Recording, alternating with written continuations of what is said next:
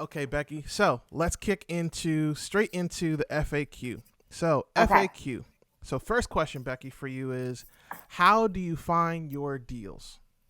sure. So, unlike popular opinion, I have found all of my deals actually on the MLS or through a realtor's off market properties, Okay, easy enough.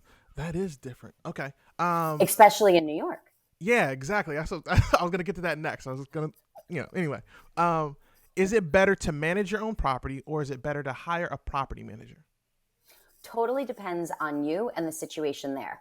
So, I have managed properties that are not only local to me, but I've also self managed properties long distance. My husband and I were living in the Dominican Republic last winter because Nice. why not? Why And not? we actually managed our properties in New York from there. You can definitely self manage. Either way, you have to think about what works best for your lifestyle.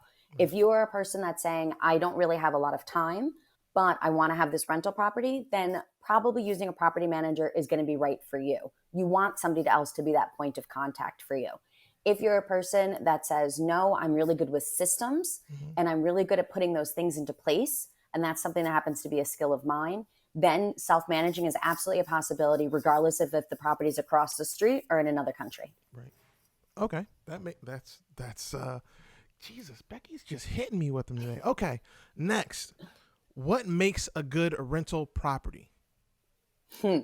So, for that would depend on once again what your criteria is and what you are looking for. My criteria absolutely has changed over time. The first properties I bought, I really wanted them vacant. I wanted Right. to make sure that I was screening those tenants, that I was putting the right people in place, and that were going to be the right fit. As I mentioned during the pandemic, my criteria changed. So there's nothing wrong with having what makes a good rental property different. That's perfectly fine. To me, what makes a good rental property is something that would be in more of the up and coming area. That's what I Mm-hmm. look for in New York. Something that's usually kind of in more of your C plus type neighborhood that's moving into a B minus type neighborhood. Mm-hmm. That tends to be my sweet spot. And then also with the price points of the properties that I'm buying in New York, I look for at least $500 a door. That is the cash flow that gets me excited. That is the cash flow that I'm willing to get out of bed in the morning for. 500. All right. Maybe I need to write this down because I am clearly shooting too low. I was looking at like 200, 500 a door. Okay. I'm Mm-hmm. adjusting my criteria accordingly as my guests come on in here. All right. Okay, Becky. So, next one is a single family, duplex, or triplex. And I know it can be, per person, but just in your opinion. Sure. To me, whichever makes the most amount of money. Like, So if I like it. it is, if I can, I do like my multifamilies. All of, nope, most of my properties are multifamilies. Hmm. But to me, if I'm going to make, like I said, $500 a door, right? Hmm. But so if I'm looking at a triplex, that's $1,500. But if I can somehow find, especially in the New York area, if I can find a single family property that's going to make more than that, I'll Hmm. go buy that single family. To me, it's about cash flow. That's what I personally look for. So I'll buy anything if there's money in the deal. So is the 500? When you say $500, is that like just gross or that net? No, that's net. Oh, my kind of Yeah. lady. Okay, next next question.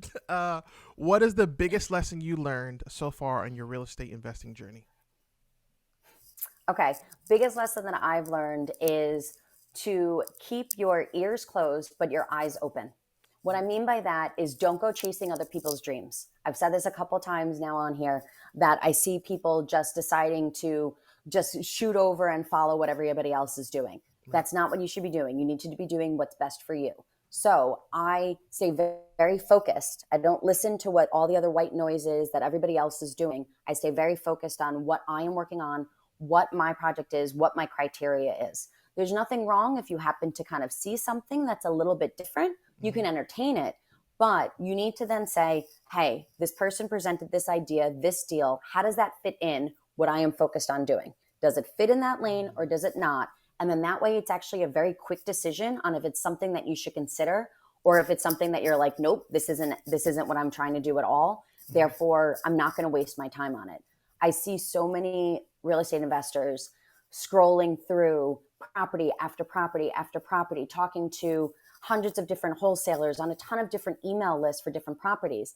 You don't need to waste your time on that. Get clear on your criteria, know what you're looking for, and then it either fits your criteria or don't waste your time on it.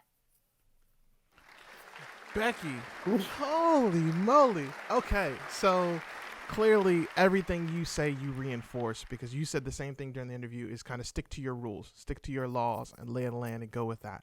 So that's excellent advice, Becky. Thank you so much. That's the end of our FAQ section. Ladies and gentlemen, thank you again, Becky, so much for coming on. Of course. It has been an absolute honor and pleasure, and I'm looking forward to the growth of a friendship, a relationship in some point in time. Hopefully we do some work together. Let's go make some money. Anyway, I need that $500 a door. So, ladies and gentlemen, make sure you check out the episode with Becky on it. You can find her Instagram information up there, but I'm going to give it to you right now. At Becky Nova 24. Oh, where did 24 come from, Becky? Let me ask you that. Where did 24 come? Did it just happen? So I am a avid softball player. Hey, okay. So, okay. Right. And that's actually my husband plays baseball. We ended up that's how we actually met, was playing ball. So that was just my softball number for years. I am also a weird person when it comes to numbers, based on what I told you I do in cancer research and the fact that deal analysis is kind of my specialty. 24 is just like a perfect even number that's like divisible by everything else that's even. So I really like it. All right, fair enough. I mean, my favorite number is 8, so I absolutely understand. I totally understand.